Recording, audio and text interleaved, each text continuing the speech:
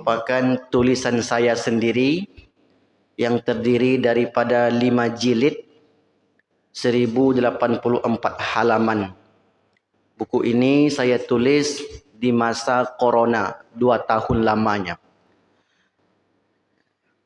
Secara umum, buku ini menceritakan sebenarnya setelah seseorang meninggal, berada di alam barzakh, alam yang keempat sebelum alam akhirat, apa yang dilakukan di sana, apa yang mereka rasakan, apakah mereka setiap yang berangkat itu mendapatkan ketenangan, sudah beristirahat sebagaimana yang sering kita dengar.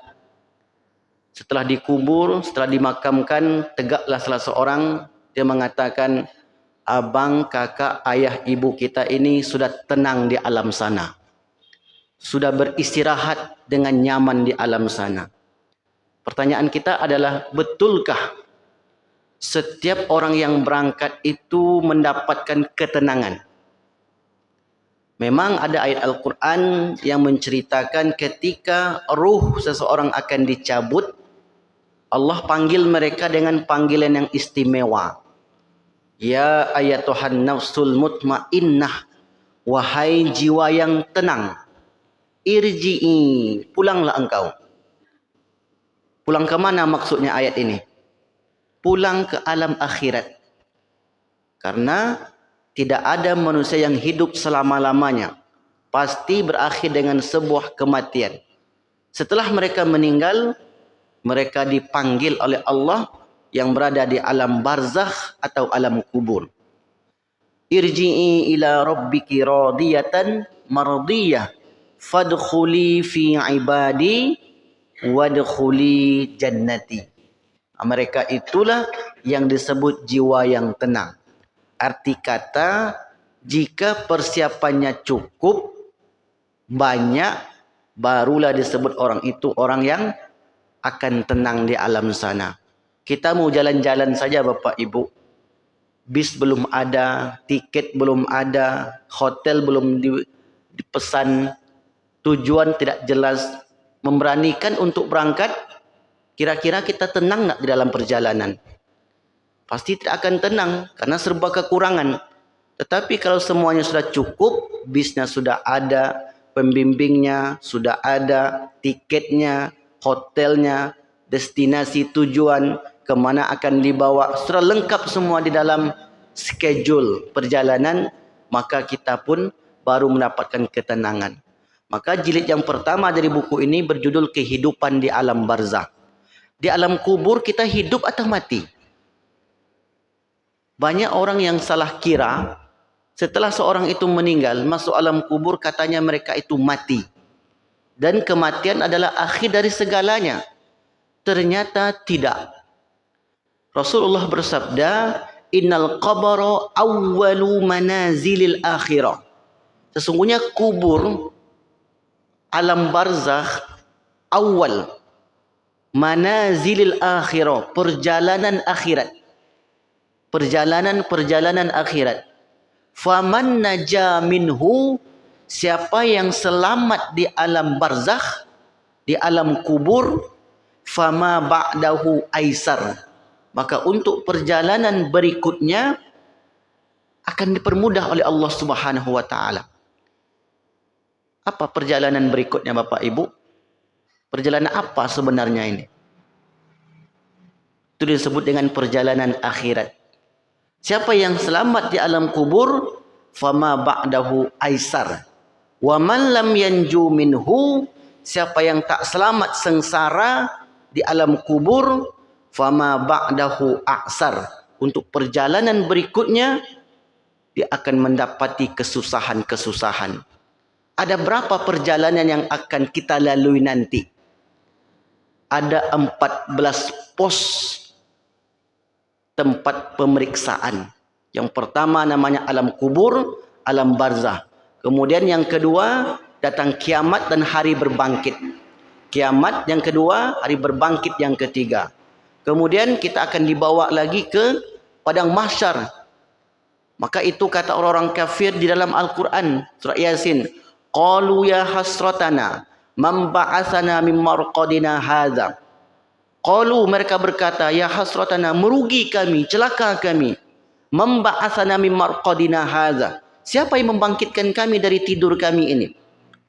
Karena mereka dahulu ketika hidup meyakini mati itu adalah akhir dari segalanya. Tiba-tiba kiamat datang. Mereka pun kaget, siapa yang membangkitkan kami? Maka ketika itu digiringlah manusia ke alam yang akhirat. Akhirat disebut akhirat karena terakhir. Alam barzah itu alam yang keempat. Alam yang pertama di mana Bapak Ibu? Alam rahim. Baik. Yang kedua, cepat kali masuk alam dunia. Yang kedua alam apa namanya? Yang pertama bukan alam rahim. Alam rahim itu alam yang kedua. Yang pertama alam arwah. Alastu bi rabbikum. Dulu Allah tanya ketika itu kita berkumpul, bukankah aku ini Tuhan kalian? Bala syahidna. Benar ya Allah, engkau adalah Tuhan kami. Itu kesaksian kita ketika kita lahir ke dunia nanti, kita akan berjanji. Kita telah berjanji akan menyembah Allah. Ternyata ada orang yang lahir ke dunia, ada yang menyembah setan, ada yang menyembah kayu, ada yang menyembah batu. Nampak dia pohon beringin besar,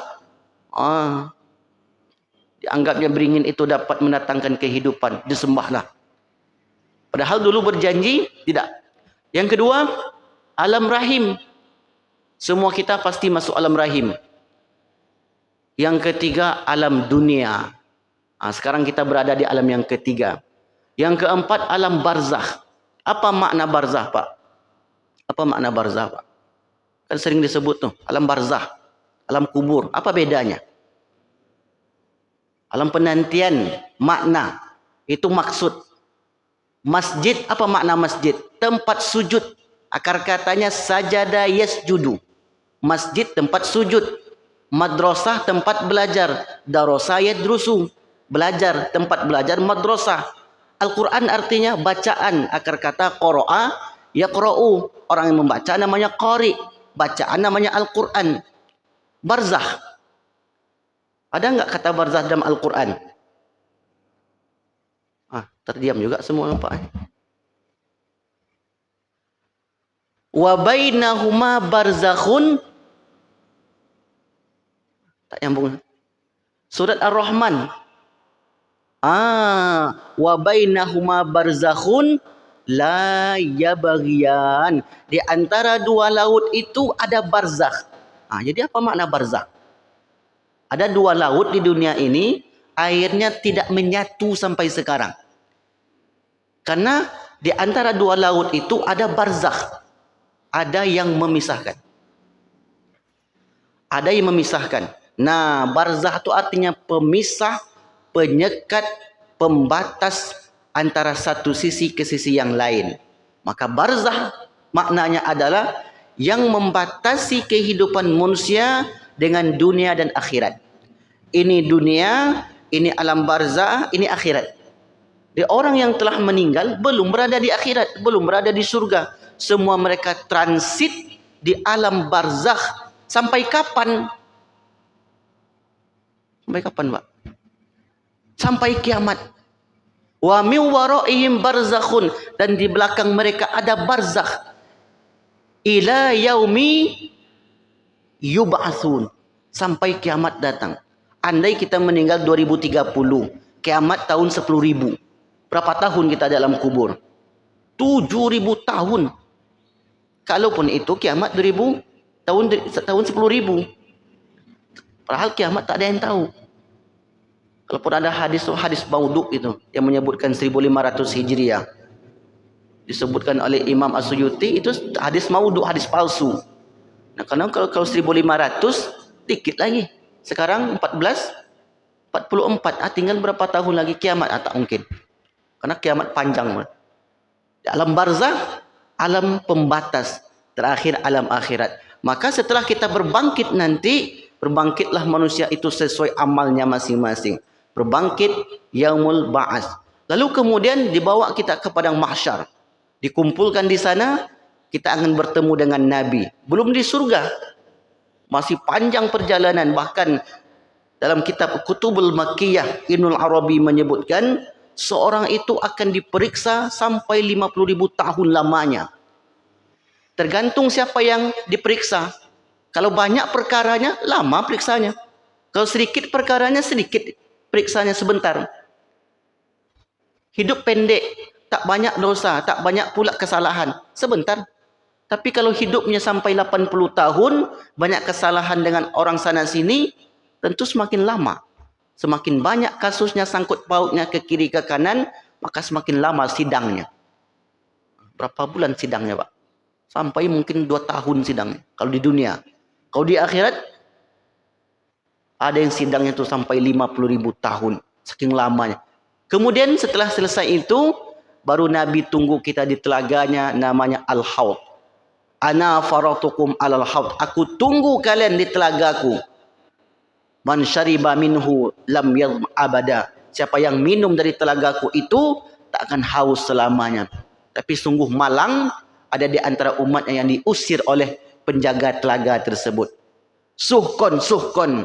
Menjauh kalian, jangan mendekat ke sini. Padahal ketika itu kita sangat ingin sekali. Karena panas. Matahari 1 jengkal dari kepala. Tapi diusir oleh Nabi.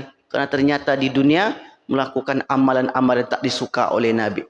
Ada pula di antara umatnya yang ditandai oleh Nabi. Di antara cirinya adalah Basyiril masyain. Berilah kabar gembira kepada orang yang berjalan fi zulami. Di waktu-waktu gelap ilal masajid. Ke masjid binurit tam dengan cahaya yang sempurna yaumal qiyamah, di hari kiamat nanti. Waktu gelap itu disebut maghrib, isya, subuh. Jadi orang yang salat maghrib, isya, subuh, Allah berikan cahaya kepada dia di akhirat nanti, cahaya yang sempurna. Kalau bapak ibu salat di rumah, salatnya sah, tapi cahaya untuk ke masjid tu tak dapat. Kan Nabi sebutkan basyiril masain, beri kabar gembira kepada orang yang mau ke masjid fi zulami, di waktu-waktu gelap, bin nuri tami, dengan cahaya yang sempurna yaumal qiyamah. Bapak ibu dapat 27 rakaat, dapat pula berzikirnya, dapat pula ikut majlisnya, dapat pula cahaya yang akan menerangi perjalanan kelak di akhirat. Di situlah Nabi, oh ini umatku. Tapi sayang ada yang cahayanya tu hidup mati, hidup mati. Ke masjidnya cuma 2 kali setahun, Pak. Idul Fitri, Idul Adha.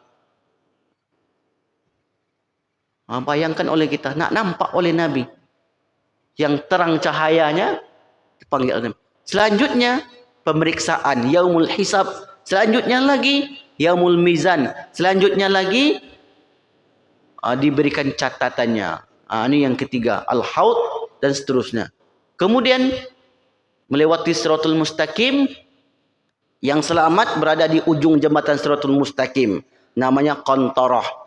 Jembatan itu pemeriksaan terakhir. Punya kesalahan kepada si anu, belum minta maaf di dunia, di situ nanti akan diselesaikan. Punya hutang piutang di dunia, tak selesai di dunia, maka di Qantarah itu akan diselesaikan. Maka ada orang yang awalnya membawa amal segudang, banyak sekali amal ibadahnya.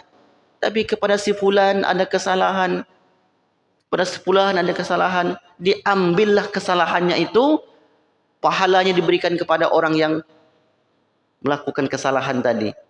Kesalahannya, kemudian pahalanya ditukar. Sampai habis semua kesalahan-kesalahan dilakukan, kalau ketika di dunia orang itu tidak minta maaf atau tidak menyelesaikan urusannya secara duniawi. Ada yang mendapatkan syafaat, terjatuh dalam surga, dalam neraka, dapat syafaat. Di antaranya adalah anak yang hafal Al-Quran. Man qara Al-Quran wa hafizahu. Siapa yang menghafal Quran, membaca Al-Quran lalu menghafalnya, adkhalahul jannata, Allah masukkan orang itu ke surga.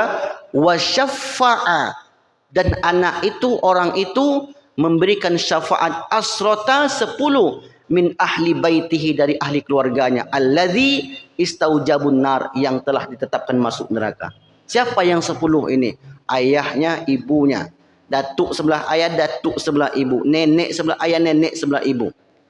Sisanya orang-orang yang berkontribusi kepada orang tersebut. Kamu kenapa sampai ke surga? Tak mungkin karena dia sendiri, bapak ibu. Oh, saya karena guru saya. Karena nenek saya itu senang saya belajar agama. Dibantunya SPP. Kemudian jualnya tanah. Buat ini, buat itu. Sampai saya begini. Siapa nenekmu? Di mana nenekmu sekarang? Dicari di surga, tak jumpa. Rupanya nyangkut di neraka. Silakan selamatkan. Diselamatkan nenek itu. 1 orang 10. Kau 2 orang 20. Kamu dari mana dapat informasi menghafal Quran ini? Dari pengurus masjid. Karena waktu itu ada pengumuman, saya tertarik, saya ikut. Rupanya saya menjadi penghafal Quran. Di mana sekarang yang berjasa kepadamu? Mungkin dia di surga Firdaus. Ditengok tak ada. Surga Naim tak ada juga. Oh, mungkin tampilkan layar. Ini bukan cerita dongeng ya Bapak Ibu ya. Nanti Bapak Ibu tengok surat Az-Zariyat ayat 21. Wallazina amanu wattaba'athum dzurriyyatum biimanin alhaqna bihim.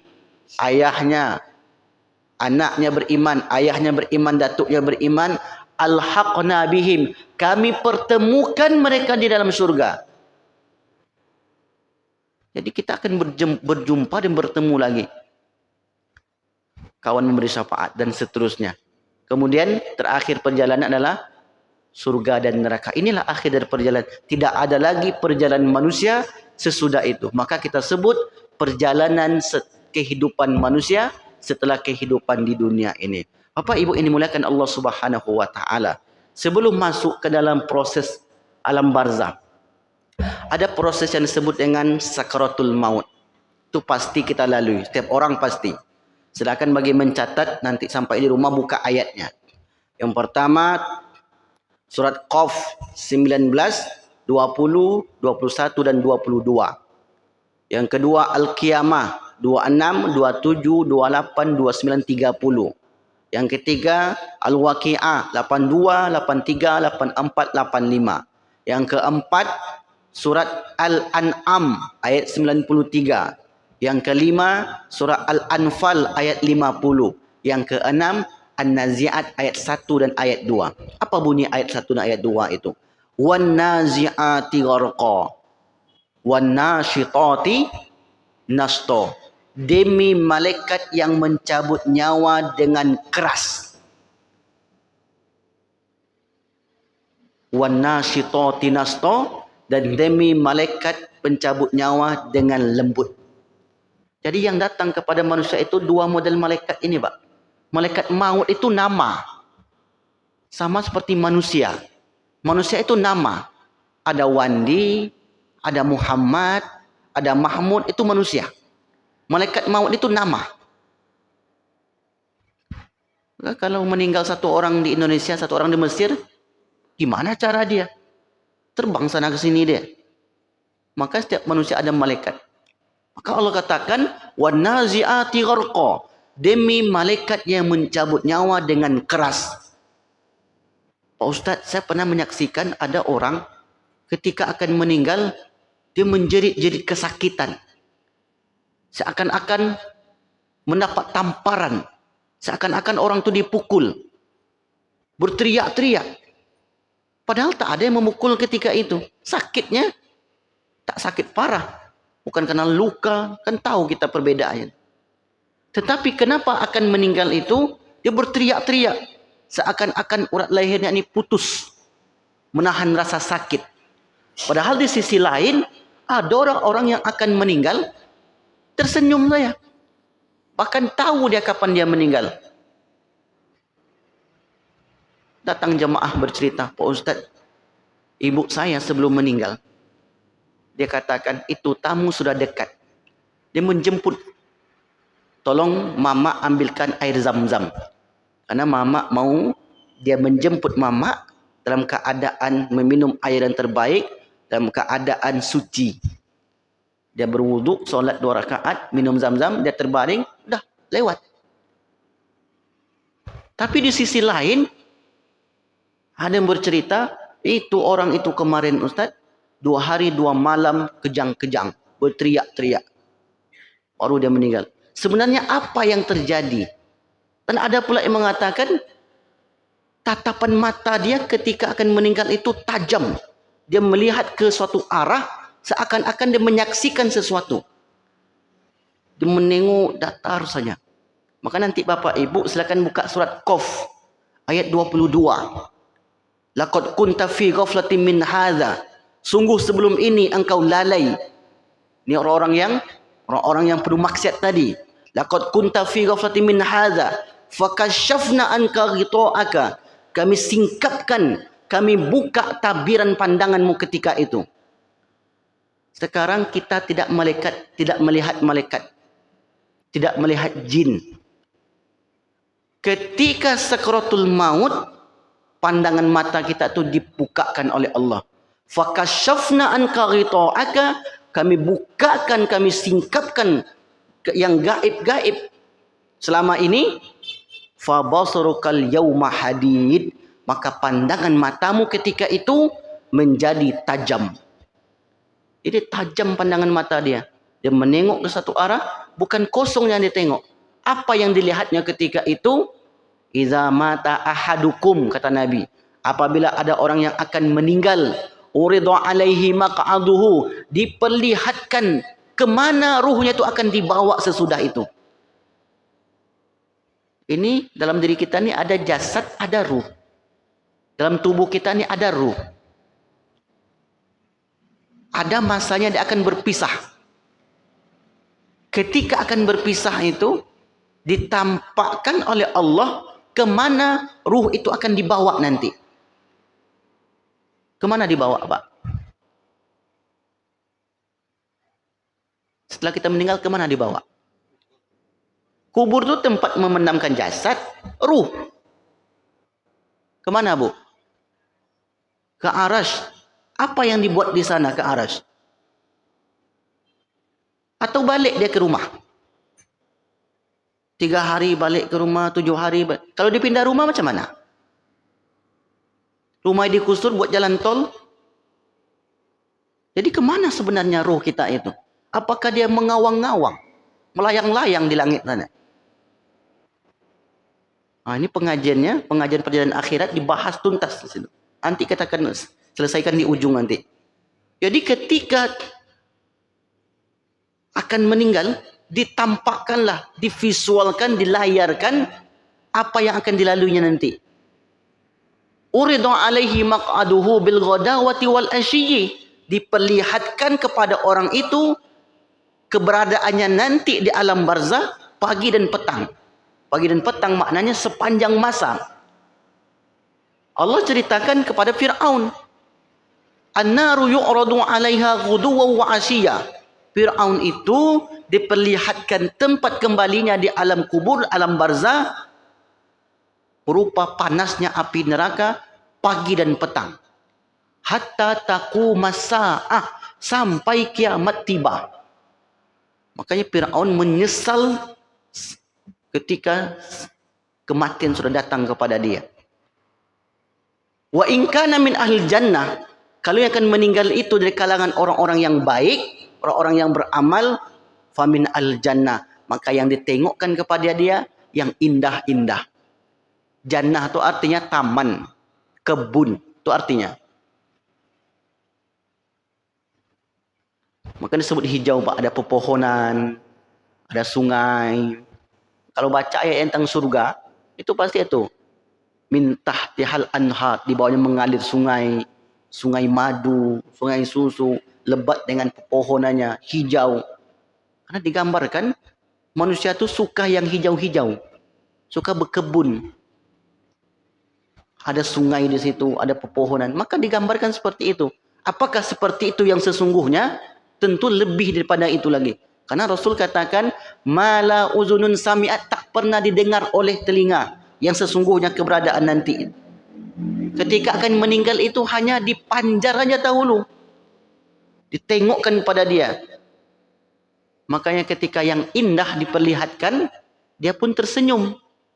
Maka kalau Bapak Ibu, kenapa ya orang ini tersenyum ya? Apa yang disaksikannya? Padahal nggak ada apa-apa. Di ruangan yang sempit, di ruangan yang kumuh, di ruangan yang tak ada hiasannya. Ya kalau kita tengok secara kasat mata, biasa-biasa saja. Tapi kenapa dia tersenyum? Maka jawabannya adalah Allah tampakkan, Allah perlihatkan, wahai si mayit, kamu nanti akan ke sana. Maka ketika ruh itu akan dicabut Bapak Ibu, malaikat itu berkata, dalam hadis disebutkan, ya ayatuhan nafsu thayyibah, wahai jiwa yang baik, wahai jiwa yang elok, ukhruji, keluar engkau, ila maghfiratillah, menuju ampunan Allah, waridwanihi, dan keredoannya. Dalam Al-Quran pun disebutkan, ya ayatuhan nafsul mutmainnah, wahai jiwa yang tenang, irji'i, disebut kata pulang. Irji itu artinya pulang. Inna lillahi wa inna ilaihi roji'un. Sesungguhnya kita ini milik Allah, sesungguhnya kita ini akan kembali kepada Allah. Tak mungkin kita tak bertemu dengan dia Bapak Ibu. Dia yang menciptakan kita, memberi dua mata, memberi dua kaki, memberi dua tangan, memberi rezeki. Tiba-tiba tak bertemu kita dengan dia. Mustahil. Itulah penantian yang kita tunggu-tunggu. Pertemuan dengan Allah Subhanahu wa Ta'ala. Di dunia tak bisa kita bertemu. Di dunia kita hanya mendatangi tanda-tandanya saja. Ini rumah dia, kita datangi. Kalau dia punya rumah, pasti punya pemilik. Sekali setahun mungkin dia umroh mendatangi. Mungkin dia pengen haji, berkunjung. Pasti ada pemiliknya. Lalu kalau orang yang akan meninggal itu orang yang ahli maksiat, wa in kana min ahlin nar, kalau yang akan meninggal itu dari kalangan ahli nar, fa min ahlin nar, maka yang ditengokkan kepada dia panasnya, beratnya siksaan di alam kubur. Disitulah mulai dia gelisah. Macam kita disampaikan saja berita buruk, sudah tak nyaman kita. Ini telinga baru mendengar. Disampaikan berita tak mengenakkan. Apalagi sampai kita melihatnya. Ada orang kecelakaan, pom, putus kepalanya, bercucuran otaknya. Menengoknya tersenyum atau berkenyit kening kita ini. Pasti kening kita ini berkerut. Karena tak mengenakkan. Maka divisualkan, ditampakkan oleh Allah apa yang akan dia lalui nanti. Maka ketika itu ruhnya tidak mau keluar. Dipanggil oleh malaikat. Ya aituhan nafsul khabithah, wahai jiwa yang kotor, ukhruji, keluar engkau. Ila ghadabillah wa sakhatihi, menuju kemurkaan Allah dan kemarahannya. Tapi ruh itu tak mau keluar, Pak. Maka diceritakan oleh Allah di dalam surat Al-Anfal ayat 50. Walau tara, wahai Muhammad, jika engkau melihat iz yatawaffal ladzina kafaru, orang-orang yang ingkar, orang-orang yang penuh maksud itu akan meninggal, al malaikatu, dan para malaikat yang datang kepada orang itu, yadribuna wujuhahum wa adbarahum, menampar-nampar muka mereka dan punggung mereka. Nanti tengok ayatnya. Al-Anfal ayat 50. Saya ulang lagi tadi ayatnya. Qaf 19 sampai 22. Al-Qiyamah 26 sampai 30. Al-Waqi'ah 82 sampai 85. Al-Anfal ayat 50. Al-An'am ayat 93. An-Nazi'at ayat 1 dan 2. Nah, bunyi Al-Anfal tadi, al-malaikatu yadribuna wujuhahum wa adbarahum wa dzuqu azabal hariq. Rasakan oleh engkau azab yang menyala-nyala. Kata ulama tafsir, itu panjaran. Belum lagi mereka berada di alam barzah. Apalagi di akhirat belum. Baru akan meninggalkan dunia ini. Innal abdal kafir, orang-orang yang ingkar. Finkito iminad dunya, ketika mereka akan berpisah dari dunia. Wa ikbali minal akhirah, dan akan menuju perjalanan sesudah itu. Nazala alaihi malaikatu su'ul wujuh, maka turun kepada orang itu malaikat yang hitam buram mukanya, sembari berkata, wahai jiwa yang kotor, wahai jiwa yang tak baik, wahai jiwa yang penuh dosa, keluar engkau, pergi engkau menuju perjalanan berikutnya. Diceritakan oleh Allah dalam surat Al-An'am ayat 93. Walau tara idz zalimun, wahai Muhammad, jika engkau melihat orang-orang yang zalim. Orang zalim itu menganiaya orang, mengambil hak orang. Di dunia mungkin lihat orang yang lemah, tak ada kekuatan, duit tak ada, bukan pula orang yang besar, tak ada pangkat, tak ada titel, mungkin orang pinggiran, kemudian berbuat sesukanya, terzalimi dia. Maka orang yang menzalimi ini tidak minta maaf dia kepada orang itu. Walau tara idz zalimun, wahai Muhammad, jika engkau melihat orang yang zalim itu fi ghamaratil maut, di dalam tekanan sakratul maut, al malaikatu basitu aydiyahum, malaikat yang datang kepada orang itu membentangkan tangannya, akhriju anfusakum, wahai manusia, wahai ruh yang bersarang di dalam badan ini, dalam tubuh ini, keluar. Tapi tak mau dia keluar, Pak. Ariel Sharon 8 tahun sekarat, tak mati-mati, dikira mati tak mati pula, dikira hidup tak hidup pula. Pak Ibu tengok beritanya, Ariel Sharon, siapa dia? Perdana Menteri Israel yang banyak melakukan kesalahan. Mustafa Kemal Atatürk, bagaimana akhir dari perjalanan hidupnya? Apa yang dilakukannya? Mengubah sistem Islam yang berada di Turki menjadi sekuler. Dilarang pakai jilbab, dilarang azan, dilarang belajar Al-Quran. Bagaimana akhir dari kehidupan orang yang zalim itu? Sudah melihat buktinya di dunia nyata. Al-Quran, hadisnya pun menceritakan hal yang sama. Berarti apa yang diberitakan oleh Allah kepada manusia tidak ada keraguan sama sekali. Persis 100%, 100% informasi itu benar. Kaum muslimin dimuliakan Allah Subhanahu wa taala. Al-Qiyamah 26 sampai 30. Proses pencabutan ruh, arwah, nyawa. Nyawa yang dalam badan kita ini dicabut mulai dari mana? Prosesnya mulai dari kaki, betul Ibu. Nanti silakan ayatnya nanti. Kalau bahasa dokter, yang di kaki itu mulai mati, mulai dingin. Ada dokter di Pekanbaru ini, Bapak Ibu sudah meninggal. Dia sering mengaji. Ketika dia sakit, panggil istrinya, wah istriku, ajal abang sudah dekat. Dari mana abang tahu? Ini yang di kaki sudah mulai mati. Itu bahasa dokter, Pak. Bahasa Al-Qur'annya, wal tafatis saqu bisaq, ketika dua betis bertaut. Bertaut tak bisa bergerak lagi. Kalau sekarang Bapak Ibu betisnya, kakinya masih bisa bergerak. Tapi kalau sudah akan meninggal, itu kaki itu sudah mulai terbujur kaku. Dari kaki ditarik ke lutut, kemudian naik ke perut, naik ke dada. Sampai di dada terasa sesak. Napas mulai satu persatu. Itu udah dekat itu. Dan naik ke kerongkongan. Ketika nyawa sudah sampai di kerongkongan, disitulah momen-momen waktu penting untuk mentalkinkan mayit. Di sini. Jadi bunyinya di sini ghar. Ada yang tandanya kasar, ada yang tandanya lembut. Rasulullah katakan innallaha yaqbalu taubata abdin ma lam yughargir. Sesungguhnya Allah menerima taubat seorang hamba sebelum sampai di kerongkongan. Ketika dia berada di kerongkongan, nampak oleh kita sesak dada orang ini.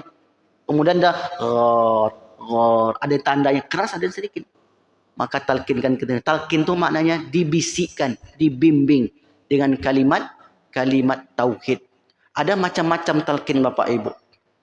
Ada orang yang mudah sakratul mautnya. Sebenarnya tak perlu talkinkan. Bahkan dia sendiri bisa membimbing dirinya. Tapi kalau kita menjumpai ada orang yang sulit sakratul mautnya, ada beberapa amalan yang dapat dilakukan. Yang pertama, membaca kalimat la ilaha illallah, terus dibisikkan ke telinganya. Yang kedua, membaca surat Al-Ikhlas. Yang ketiga, membaca surat Yasin. Ada dalilnya Ustaz? Ada. Haddatsani Masikhatu annahum hadaru Hudzaifah Al-Haris As-Samali hina istadda sauquhu. Para tabi'in menghadiri, menjenguk Hudzaif bin Haris As-Samali ketika sakit keras. Faqala, lalu kemudian berkata salah seorang di antara mereka, hal ahada minkum ayyaqra Yasin. Adakah di antara kalian yang mau membacakan surat Yasin? Faqala faqara'aha Salih ibnu Sari As-Sukuni. Ibnu Sari As-Sukuni membacakan surat Yasin dan yang lain pun ikut. Falamma balagha arba'ina minha. Ketika mereka sampai pada ayat yang ke-40, qubida, baru dicabut orang ini. Sebelumnya susah, berat dia menghadapi suatul maut. Kita bantu, kita ringankan. Sampai ayat ke-40, qubida minha, baru dia dicabut. Apa bunyinya ayat yang ke-40? Lasyamsu yanbaghi laha an tudrikal qamara wa lailu sabiqun nahar wa kullun fi falaki yasbahun. Wa yaqulul Masikhatu, para guru itu berkata, tabi'in ini berkata, idza quri'at indal mayyiti, apabila dibacakan surat Yasin kepada calon si mayit, khuffifa anhu biha, diringankan proses sakratul mautnya. Riwayat Imam Ahmad. Jadi kalau ada orang nanti yang membaca Yasin, itu bukan perkara yang terlarang, itu disunnahkan. Disunnahkan untuk membaca surat Yasin bagi orang yang akan meninggal dan sudah meninggal. Iqra'u Yasin ala mautakum, bacalah Yasin kalau ada yang telah meninggal. Untuk apa kita membacakan Yasin, Ustaz? Menghadiahkan. Boleh kita menghadiahkan sesuatu kepada orang meninggal. Ada dalilnya, ada. Al-mayyitu fil qabri, mayit yang berada di dalam kubur, kal ghariqil mutaghawwisi, seperti orang tenggelam yang meminta tolong. Itu perumpamaan oleh Nabi. Al-mayit fil qabri, mayit di dalam kuburnya, kal ghariqil mutaghawwisi, seperti orang yang tenggelam minta tolong. Kan tak bisa berenang, tak bisa beramal lagi orang di kubur, tapi mereka minta tolong. Yantaziru da'watan talhikuhu, menanti menunggu doa, min dari abin, dari ayahnya, au umin dari ibunya, au ibnin dari anaknya, au sodikin dari kawannya. Jadi kawan bapak ibu. Bapak ibu berkawan dulu di dunia, akrab dengan dia, banyak jasanya kepada dia. Lalu kemudian bapak ibu kirimkan bacaan Al-Fatihah, bacaan Yasin, bacaan-bacaan lainnya. Kemudian kata Nabi, fa idza lahiqathu, apabila sampai doa itu kepada mereka, kanat ahabu ilaihi minad dunya wa ma fiha, lebih disukai daripada dunia berikut isinya. Wa innallaha azza wa jalla, sesungguhnya Allah azza wa jalla la yudkhilu, menyampaikan doa al-ahya ila amwat, orang hidup kepada orang meninggal, ka amsalil jibal, seperti gunung yang besar. Wa inna hadiyata, ini dia teksnya. Sesungguhnya hadiah, wa inna hadiyata al-ahya, orang yang hidup, ilal amwat, kepada orang yang meninggal, istighfaru lahum, istighfar mereka, wa sadaqatuhum, dan sedekah mereka. Bapak ibu bersedekah, ini masjid kita ini butuh sesuatu, saya bersedekahlah Pak Ustaz 10.000. Untuk siapa niatnya? Untuk almarhum emak saya.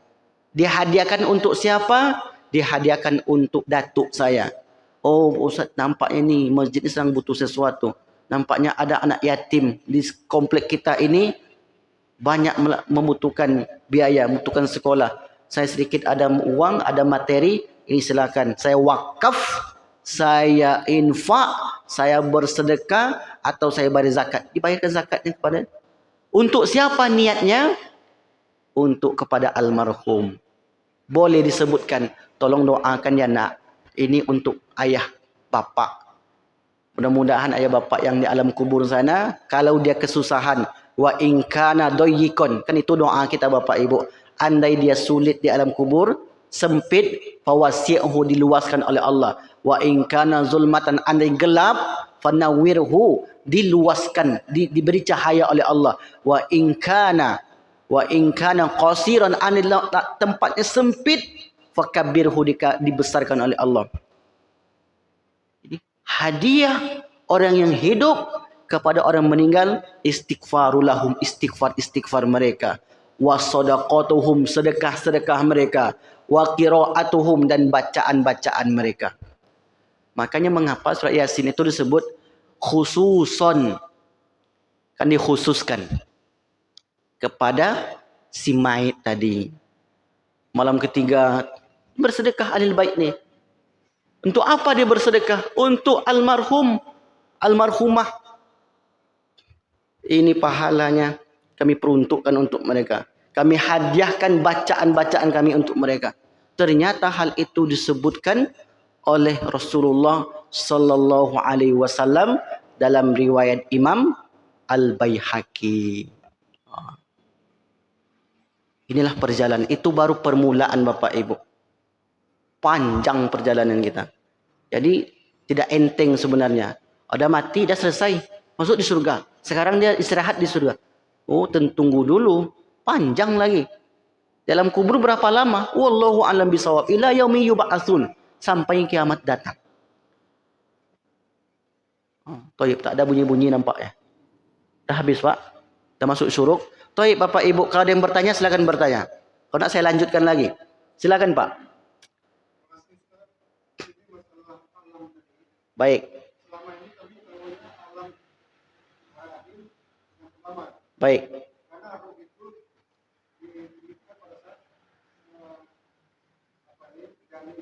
Baik. Baik. Yang kedua, saya pernah mendengar ceramah dan membaca kapan kita selama kita dikubur hanya aturan dan puasa. Baik. Alam selama ini yang didengar mulai dari alam arwah, alam rahim. Surat Al-A'raf 172. Nanti buka ayatnya. Wa iz akhadha rabbuka min bani adama min zuhurihim dzurriyyatahum wa ashhadahum ala anfusihim alastu bi rabbikum. Bukankah aku ini Tuhan kalian? Ulama tafsir menjelaskan di mana pertanyaan dialog ini berlaku. Di alam rahim atau di alam arwah? Ulama menjelaskan di alam arwah. Di alam rahim 4 yang disebut. Bikatbi rizkihi wa ajalihi sa'idun aw sakiyun. Memperbarui ikrar perjanjian kita yang di alam arwah dahulu. Balik nanti ke dunia, kami tak akan lalai. Qalu bala syahidna. Benar ya Allah, kami bersaksi engkau adalah Tuhan kami. Antakulu yaumal qiyamati inna kunna an hadza ghafilin. Kamu ternyata nanti banyak yang terlalaikan, banyak yang terlupakan. Maka ketika lahir ke dunia, masuk alam arwah, alam rahim, dibacakan Al-Quran. Ketika lahir, diingatkan lagi. Diazankan, diikomatkan. Sampai di dunia, diingatkan lagi. Diutus para nabi bersama dengan kitabnya. Berapa tahun dia hidup? Mungkin 60-70 tahun. Kemudian ketika akan meninggal, Allah ingin setiap hambanya datang kepada dia dalam keadaan bersih dan suci. Kullu mauludin yuladu alal fitrah. Dulu kita terlahir ke dunia ini bersih, suci, tak ada dosa Pak. Dan Allah ingin ketika kita meninggal, Allah juga tak ingin kita membawa dosa. Dalam hadis riwayat Imam Ahmad disebutkan, Idza aradallahu bi'abdin khairan, apabila Allah menghendaki kebaikan kepada seorang hamba, ista'malahu, maka Allah pakai hamba tersebut. Ya Rasulullah, kaifa yasta'miluhu? Apa tandanya kami ini dipakai oleh Allah? Kata Rasulullah, liyuwaffiquhu li'amalin sholihin qabla mautihi tsumma yaqbidu alaihi. Bertambah umurnya, bertambah kebaikannya. Bertambah umurnya, bertambah kebaikannya. Semakin tua, semakin soleh, semakin taat. Tsumma qabidu alaihi, dan kemudian sudah itu dicabut nyawanya. Ini rahasianya Bapak Ibu. Kenapa Bapak Ibu tiba-tiba taat di umur 50? Sebenarnya itu tanda kasih sayang Allah. Karena tak semua orang Tak semua orang umur 50, umur 60, umur 70 mau seperti ini. Kalau maulah mereka seperti ini, penuhlah masjid ini. Karena banyak orang tua di sekitar kita ini. Tapi itulah Allah.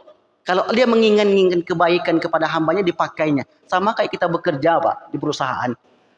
Bos kita, kalau sering memakai kita, menyuruh kita, baik atau buruk? Baik.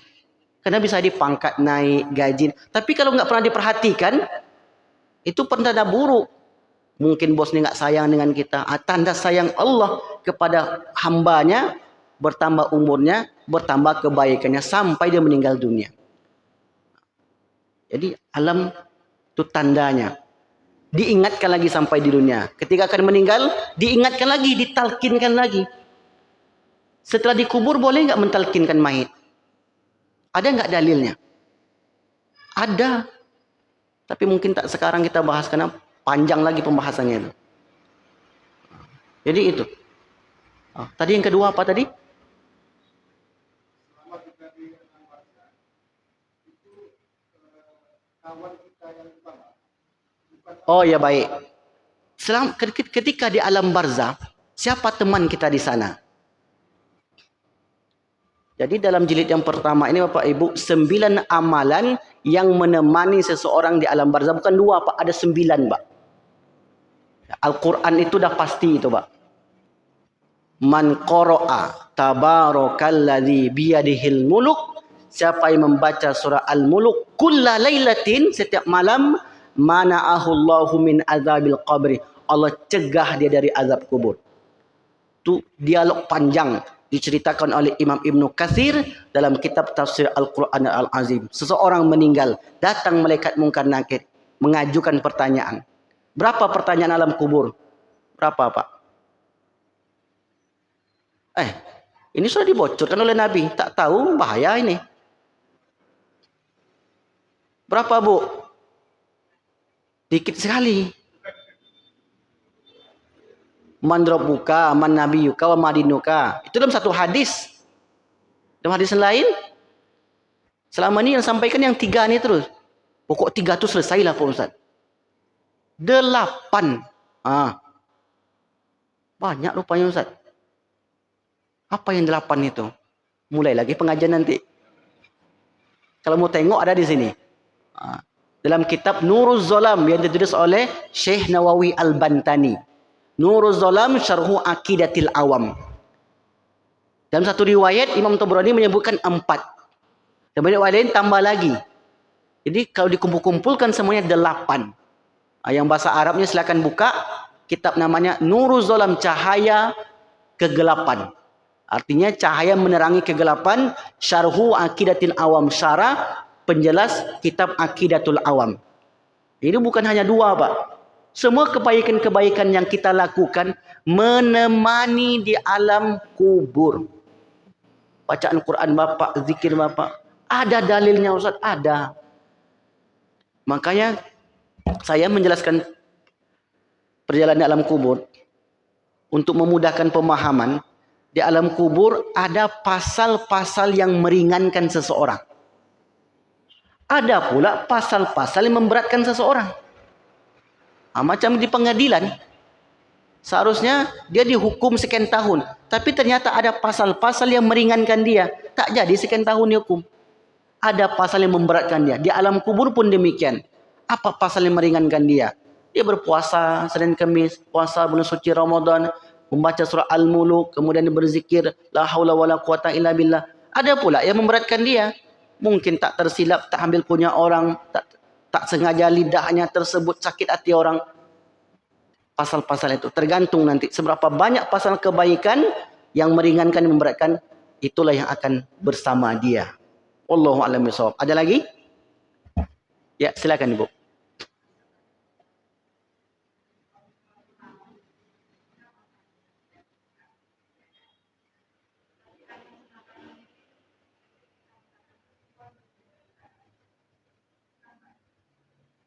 Boleh ditransfer suaranya, Pak.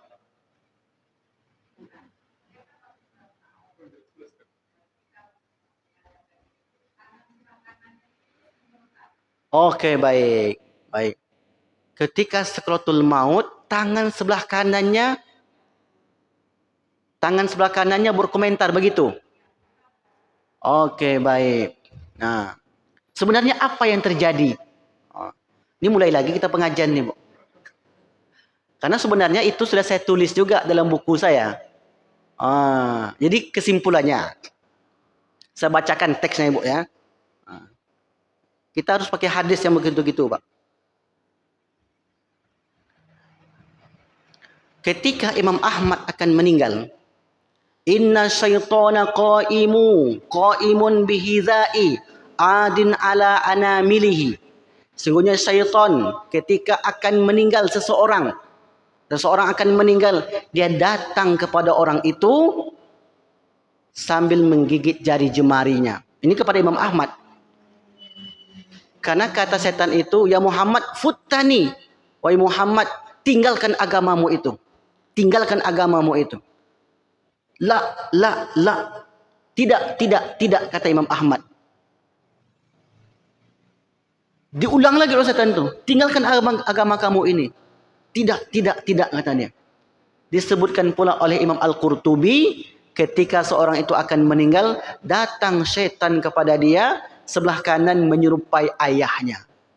Sambil berkata, wahai anakku, ikutilah agama Yahudi. Kalau termasuk orang kuat imannya, dia mengatakan tidak. Sebelah kiri mengatakan, menyerupai ibunya, wahai anakku, ikutilah agama Nasrani.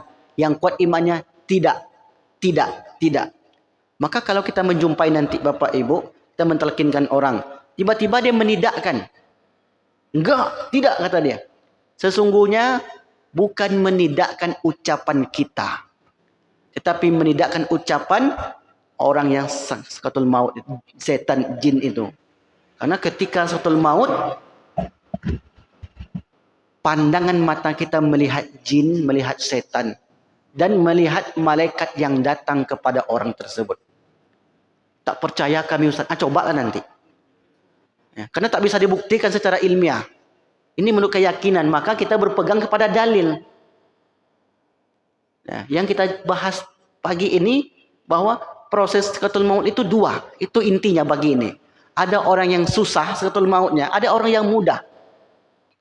Kalau dia susah, bagaimana caranya untuk mempermudah? Talkinkan la ilaha illallah, kemudian baca surah Al-Ikhlas, baca surah Yasin. Sebenarnya ada beberapa amalan lagi. Itu yang dapat kami sebutkan. Kemudian apalagi intinya pada pagi ini, orang yang berada di alam kubur itu, mereka itu hidup, bukan mati. Mereka itu menunggu doa dari 4. Ayah, ibu, anak, kawan. Jadi kalau bapak ibu mendoakannya, sampai itu Pak. Tak percaya kami, cobalah dulu. Kan tak mesti kita merasakan dulu baru percaya. Jentik telinganya, sakit kata kita. Tak percaya saya kan, coba dulu jentikkan telinganya itu. Kalau merasa dia baru. Orang sakit kena bisul, kita nggak pernah kena. Kata dia sakit bisul itu. Mesti kita kena dulu Pak Haji. Kan enggak. Orang sakit gigi, tak sakit kata kita.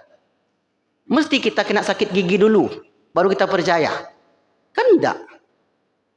Cukup dokter mengatakan iya, cukup orang pengalaman itu mengatakan iya. Ini sumbernya Al-Quran, sumbernya hadis. Tak percaya dia, coba aja mati dulu. Baru nanti ceritakan ke kita. Ada enggak cerita orang sudah meninggal menemui orang yang hidup?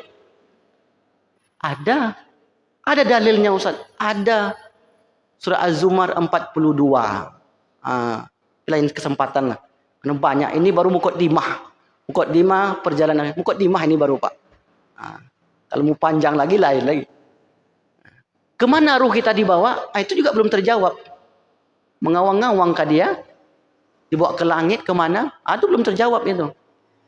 Supaya lurus nanti pemahaman. Ini sampai 3 hari kembali ke rumah. Insya Allah. Mudah-mudahan di lain kesempatan ada umur, ada kesempatan kita lanjutkan kembali. Toib, ada lagi yang bertanya? Tidak ada. Iya Bu, nampaknya sudah bertanya-tanya dari raut wajahnya. Cuma segan bertanya. Tidak apa-apa. Bagi Bapak Ibu yang ada keperluan, kami persilakan.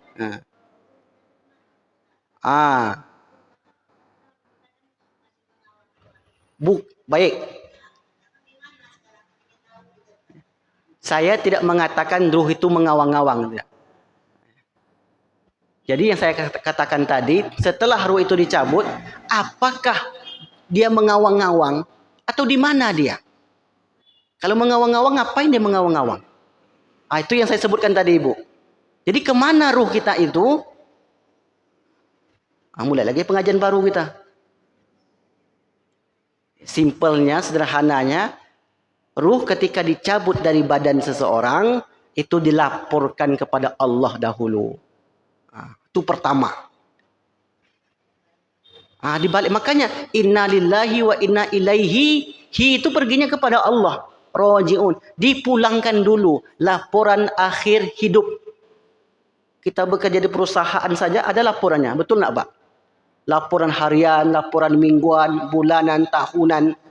Ini perjalanan hidup panjang 60 tahun, masa tak ada laporannya? Itu. Terbuka mata orang. Karena tadi dicabut dari kaki, berakhir di kepala. Di kepala lah dicabut. Idza qubidul arwah, apabila ruh itu dicabut, tabi'ahul basar, mata itu mengikuti kemana ruh itu dibawa. Terbukalah mata orang itu. Nutup mata pakai doa. Apa doanya, Pak?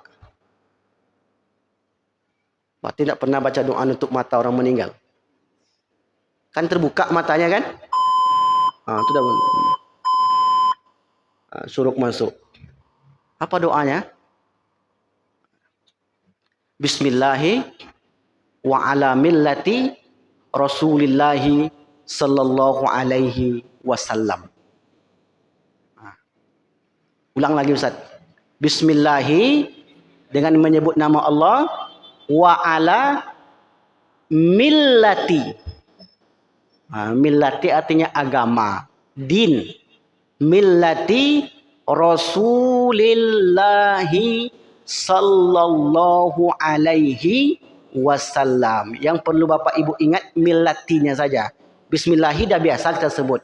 Bismillahi wa ala millati Rasulillahi sallallahu alaihi wasallam. Ketika menurunkan jenazah masuk liang lahat, ada doanya? Ada doanya, Pak?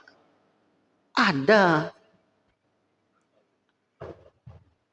Pernah baca doanya, Bu? Ini kita mengantar jenazah nih. Yang bertugas menurunkan membaca doa. Yang menyaksikan juga ikut membaca doa. Bacakanlah Ustaz. Allah muftah abwabas sama'i li ruhi fulan wa akrim nuzulahu wa wasi' madkhalahu wa nawwir lahu fihi. 4. Ya Allah, bukalah pintu langit untuk arwah si fulan ini. Maka saya katakan tadi, mulai lagi pengajian baru ini. Panjang nih, bersangkut paut nih. Ya Allah, bukalah pintu langit untuk ruh si fulan dan muliakan tempat turunnya, luaskan kuburnya dan beri cahaya. Cukuplah sampai di situ dahulu. Nanti tak habis-habis nanti. Tak ada yang bertanya lagi ya. Nanti boleh duduk di sini, boleh bertanya nanti. Cukup? Cukup. Maka mudah-mudahan apa yang kami sampaikan pada pagi ini hendaknya bermanfaat. Sebenarnya ada, mau saya sampaikan lagi Bapak Ibu. Ada 12 amalan yang dapat kita lakukan setelah menguburkan mayit. Karena beberapa jamaah itu mengadu, Pak Ustadz, kami mengantar mayit ke kuburan, mengantar jenazah ke kuburan, disuruh pulang habis itu. Tak ada bacaan-bacaan. Tak ada itu.